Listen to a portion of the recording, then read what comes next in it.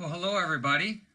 Sorry for the technical difficulty here. This is our first run of doing this, so figured it out, and it's 12:35 Thursday, April 2nd. So welcome, welcome, welcome. Glad to have you here. If you are seeing this right now, go ahead and give a thumbs up, chime in, and say hello. Love to have you here. So looks like we have our first viewer just coming on in. So welcome. Um, so I just kind of want to set up, take a moment and set some expectations for this live Q&A here. First off, I want to acknowledge you for being here. Hey, Dr. Travis, good to see you on. Thank you so much. Amanda, hey, hey.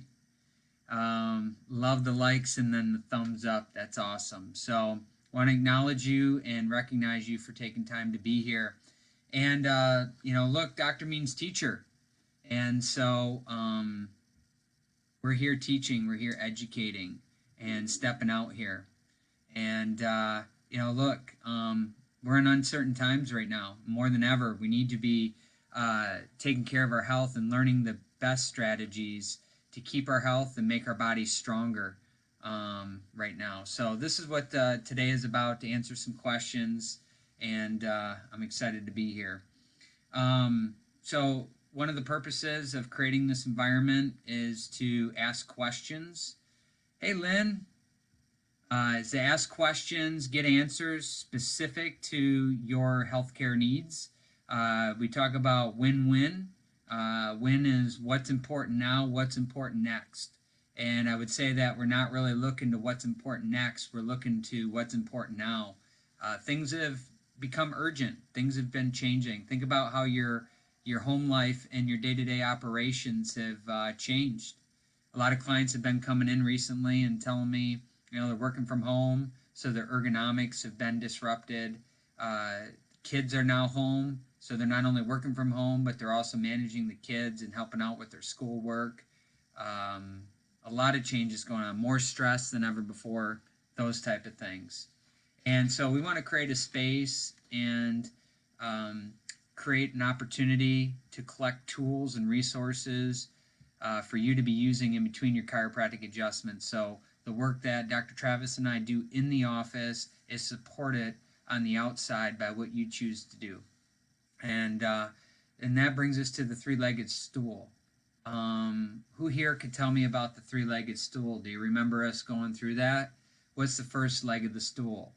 First leg of the stool is keeping your chiropractic adjustments and appointments in rhythm.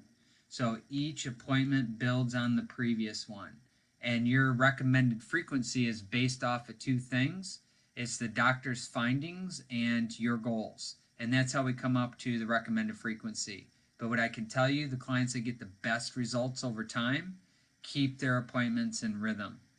The next thing is that on the three-legged stool, it's all about breaking the bad habits. And what would the bad habits revolve around? It could be bad habits around posture and ergonomics. It could be bad habits on how we're managing stress. Bad habits around the nutrition and the food that we're eating. Bad habits about our water intake. Bad habits with sleep, so on and so forth. So we want to identify what we need to stop doing. And then the third leg of the stool is, what do we need to start doing?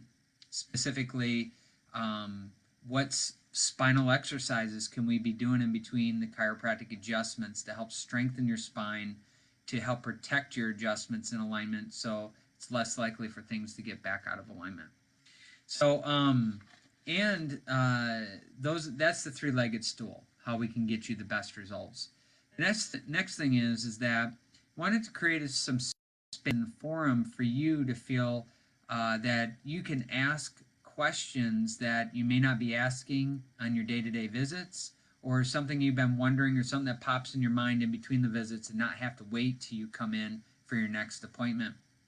So this is a great opportunity. You can be emailing, you can be asking questions on your visits, so on and so forth.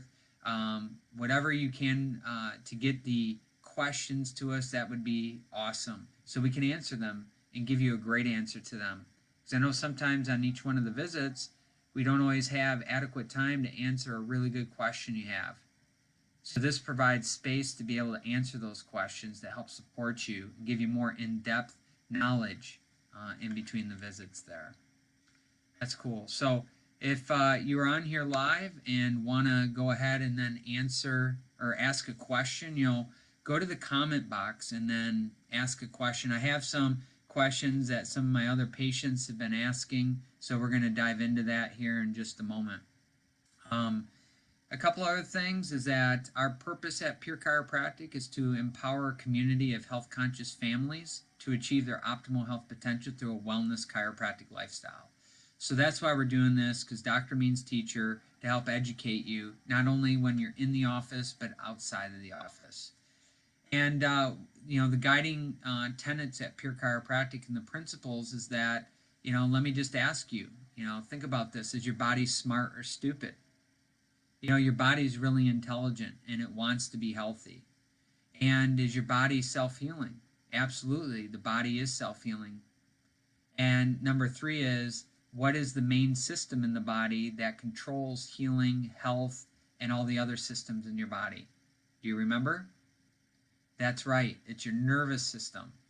And then there's a suit of armor around your nervous system called your skull, and then your brain, or your skull protects the brain, and then your spinal column protects your spinal cord and all the nerves that come across. Hey Jody, thanks so much for joining in here. I'll get to that question in just a moment. That's a fantastic question. And so it's your spinal column that protects your spinal cord and all those nerves that exit. And then the last one is modern life is unnaturally stressful. And I think we can all agree that we're under more stress than ever before these days. There's a lot of uncertainty there. So what we're going to do here today is help bring some certainty in how your body is supposed to work and what we can do to be proactive to help strengthen your body and help to protect us as best as possible. So let's go ahead. Let's dive right into the questions. And Jody, we're going to start with your question right out of the gate. No pun intended right there.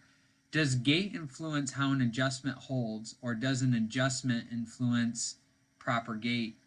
That's a great question, and it goes both ways. It's kind of what comes first, the chicken or the egg.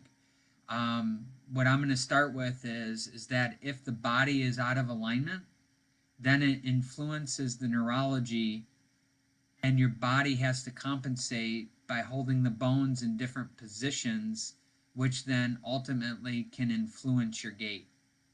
So really, you have more receptors for gait and awareness up here in the upper part of your neck and right below the skull. And it has a lot to do with the cerebellum, which is the bottom part of the brain. And if there's misalignments up here, it'll affect everything down below. So your body will compensate to those misalignments. In chiropractic, we call them subluxations. So if the body is subluxated and the bone is out of alignment, it's going to influence and interfere with the way the nerves are trying to communicate to various parts of your body. So definitely an adjustment can influence proper gait. However, if somebody has also an injury or an area of the body that they're healing from, what we could say is that if somebody sprained an ankle, that's very common. And so if somebody sprains an ankle, it can cause a subluxation in their ankle. And because of the pain, they may be favoring one side of the body compared to the other. So their gait is thrown off because mechanically they cannot walk properly because their body is adapting to a sprained ankle. So then that adaptation is starting to cause the body and the joints to work differently than what it was doing before. So this can actually contribute and then cause a subluxation within the body. So it goes both ways there. So as a chiropractor, our main focus is to address the alignment of the body, because if the body's in better alignment, then the nervous system is going to work better. And when the nervous system works better, the whole body works better. And then be able to provide at-home care or self-care to help that area heal up faster. So Are there any more questions? If you have any other questions, feel free to jump in. Really appreciate that. Another question I have from a client, we've been receiving a lot of these questions, so I want to go ahead and then address this, is what are you doing in the office to keep your team and your patients safe? So we've taken multiple measures. Number one is that we're wiping down and disinfecting the chiropractic tables in between every single adjustment. And then also we have additional wipes available that if you feel that you want to clean it yourself or have anything else that you just want to make certain is clean, you can use those wipes too. So we just have them there, but just know that the tables are wiped down in between every single one of the chiropractic adjustments. Number two, Dr. Travis and I and the team were using alcohol-based hand sanitizer in between every one of our patients. Number three is that we are greeting everybody with a smile and the elbow. So we're doing the elbow. And then next week, we're going to start with the foot taps. Okay, so practice at home before we go live with that. The next thing that we're doing in the office is we are managing the flow of the schedule so we can manage the amount of people in the office at any given time. Or then we are spacing out the visits throughout the schedule. We also have an additional private room that is off to the wing by the kids' corner that if you would like to be in a private area, we can accommodate that. We just ask that you just communicate that to us and then we can make that work. Other things is that if anybody is calling or asking questions or presenting with any symptoms, if they're symptomatic, such as like a fever or shortness of breath or a cough, we're asking them to stay home and wait a period of time, 3 days is what the CDC believe is recommending before we have them come into the office. So we're confirming those phone calls before somebody arrives back into the clinic. And I'm certain there's other things that we're doing, but those are the main things that we're doing to keep a very safe environment so people can be receiving the great chiropractic care. So number one is that you can continue to receive the results that you came in to the office for the first place. Make sure that we're getting healthier and stronger. And number two is to make sure that we're preventing any backslide or a loss of momentum, where then we might be going backwards and losing any of our momentum. Because let's face it, our body is absorbing and feeling more stress from a lot of areas in our life. And when our nervous system is stressed, it doesn't work as well or as efficient if it's not as stressed. And not all stress is bad, right? Like stress can be good. So can you think of an example in your life where stress is actually good?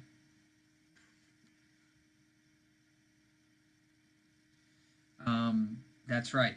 So stress can be good when you're exercising. So when you stress the joint, when you stress the muscle, the bones get stronger, the muscle gets stronger. But when it becomes long-term chronic stress, which many people today are living in the long-term chronic stress, the fight or flight mechanisms of the body take over. The body becomes stressed in that respect, and the physiology changes. So things like your stress hormones go up, and then your heart rate, your breathing goes up with that sympathetic fight or flight stress response because your body's perceiving a threat and it wants to be able to handle that threat so you survive.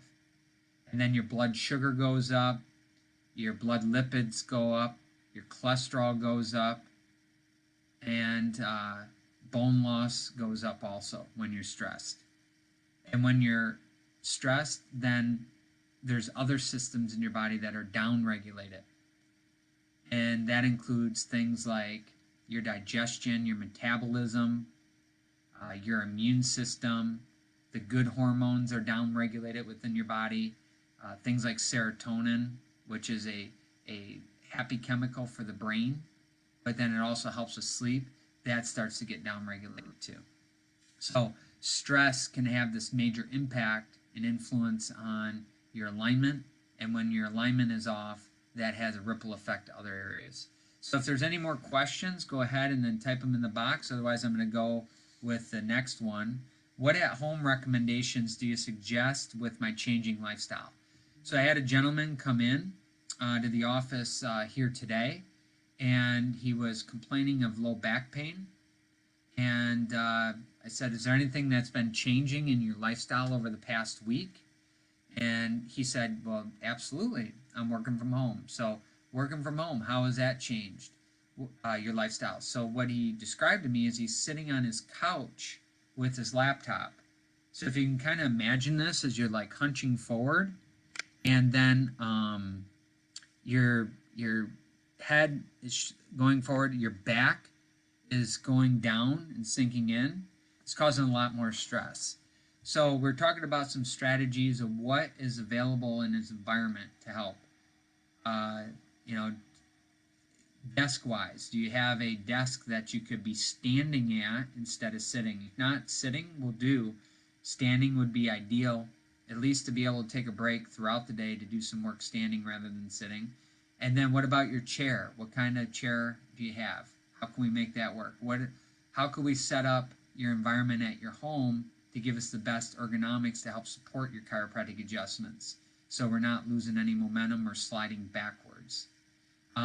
If you're on a laptop, then you can get, if you maybe have one around the house, an external mouse, or you can get an external keyboard. So then you can elevate your laptop and be able to work on that. If none of that is available to you, then what you have to do is just try to make the best of what you have, what resources you have available, and then make sure that you're taking short, frequent breaks.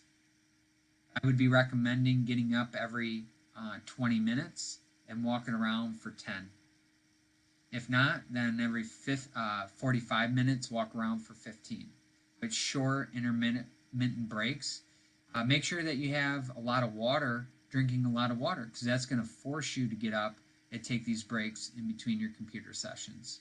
So that is one recommendation. Another thing is that if we haven't, Dr. Travis or myself can send you specific spinal exercises, things that you can be doing to help strengthen the muscles and help with the posture. So if you're going to be spending hours in a hunched position moving forward, what can you do to help bring those shoulders back, keep your ears over the shoulders, and help offset the negative impact and effect on your spine? Because a lot of times these subluxations will show up because of stress, and the stress that's being caused in our body is not always identifiable or recognizable.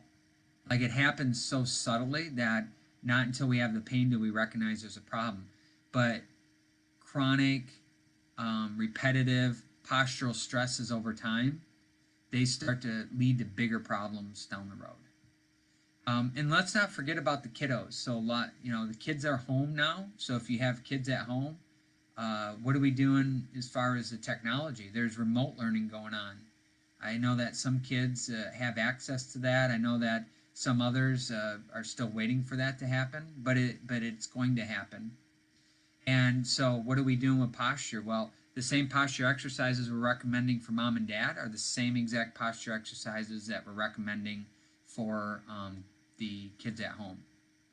And also, here's a tip, is that if the kids are on any technology, to have them on the stomach, laying on their stomach, and kind of in like the cobra position, where their elbows are on the ground and they're arching their head up. That would be a better position for them to be in than if their head was down. Of course, we're not recommending that they're on the technology all day. You need to limit that, but those are some ideas to help work around the excess stress that posture is causing in our life. Jody has a question here. How can I tell whether my desk chair is ergonomically good or bad for me? Simply, Jody, this forum and this setup in this private Pure Chiropractic tribe group, we are going to put resources here for you to download and capture. So part of this whole group in the setting is what can we do to provide tools and assets for you to grab and pick and choose at any given time in your life so that you can leverage this knowledge. So what we can do is we will go ahead and we have an ergonomic sheet, and this is going to be the first sheet that we put up in our group. So what we'll do is we'll post it, and then what we'll do, we'll post it as an asset for you to download. But then what I'll do is, still learning the technology here, so I appreciate your grace in advance as we're learning this. But then I will tag you so you have that, and then you can start utilizing it. But there's 7 steps or 7 key indicators when making sure that you have the desk chair is ergonomically sound and the desk setup is ergonomically sound. It helps support your spine, support your nervous system, so we're not adding additional stress to your spine. Great question. And my recommendation is that we do recommend standing. So, but we don't recommend that you have to stand all day. In fact, standing can be harmful in certain ways too if we're just standing. Basically, what we're trying to promote outside of the office is movement. That's why we recommend after you get an adjustment, you move. So like you walk, things like that. Because if you go and you sit, that could be undoing some of the positive benefits that you're receiving from the adjustment. Same thing throughout the day. We just have to be careful being in one position for an extended period of time, such as if we're sitting at a computer or even if we're just standing. The body requires movement, and with the movement, it helps circulate the blood flow, helps circulate the lymphatic fluid throughout the body, so our body stays healthy also. Great question. Another thing that I want to point out is that in between your adjustments, you should have a copy of the book. So if you don't have a copy of the book and you're tuning in or you're watching the replay of this later, then shoot us a message and we'll get you a copy of the book. But there's a lot of great resources in here to help support you in between your adjustments.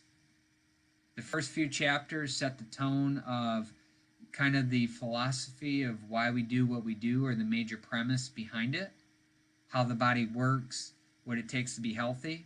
But then if you dive all the way back to chapter 8, it tells us how to eat well, move well, think well, and the best practices here. So if you don't have a copy, or if you want to get a copy for a loved one, let us know. I think you can actually go on Amazon. We still have it. You know, the retail, I forget what they put it, $19.95, but the Kindle version, if you will, that's I think $1.99 or 99 cents. So very inexpensive. There's some great resources there too. Okay. Any other questions? Chime in. We're just about out of time here today. I want to honor your time. As we look to next week, look for this to be a continual conversation that we're having. That we're going to get started with this, and then we're going to build off of this. And I'd love your feedback. You know, how's the video? How's the quality of the picture? How is the audio? Is the audio sounding good? Is there feedback? How's the computer connection? Things like that. What can we do to improve it? How could we serve you better? I also want to make sure that you're tuned in. If you're on this in this Facebook group, then you obviously have Facebook and you like our page. We're going to be posting and being more active in the private group too, so make sure that you join that. We will be posting to our regular page, but the private group, it's going to allow us to go deeper, get more intimate on these questions. Very excited about it. If you are not, if you haven't followed us on Instagram, I highly recommend that. I've been trying to post just about every day a little Dr. B inspiration. So our Instagram handle is Pure Chiro Health, P-U-R-E, Chiro, C-H-I-R-O, Health, and follow us on there. I'd love to connect that way with you. Additionally, our YouTube channel is being built out, so we're providing more content there. If you have not subscribed to our YouTube channel, go there. It's Pure Chiro Health also. Subscribe to the YouTube channel. And then lastly, be checking your inbox. Check your inbox for any updates that we're providing. At least a couple times a week, we're sending out an email just to keep our client base informed about what's going on, any changes, and then how we're keeping things safe for you to come in to receive your chiropractic care for you and your family. I think those are the main ways that we're communicating. If there's another way, a better way, I'm open to hearing other ways to communicate with you. So in closing, I just want to say thank you so much for the opportunity to serve you. We greatly appreciate you being part of our tribe and entrusting us with you and your family's health and wellness. And just remember, for you and your family's health and wellness, we've got your back. Thank you.